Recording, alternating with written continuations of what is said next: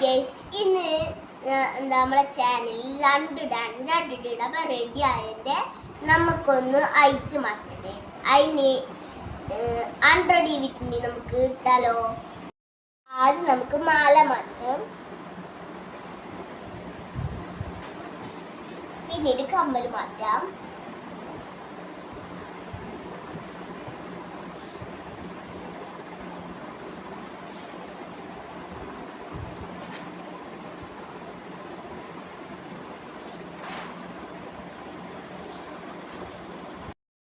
പിന്നെ നമുക്ക് മുടി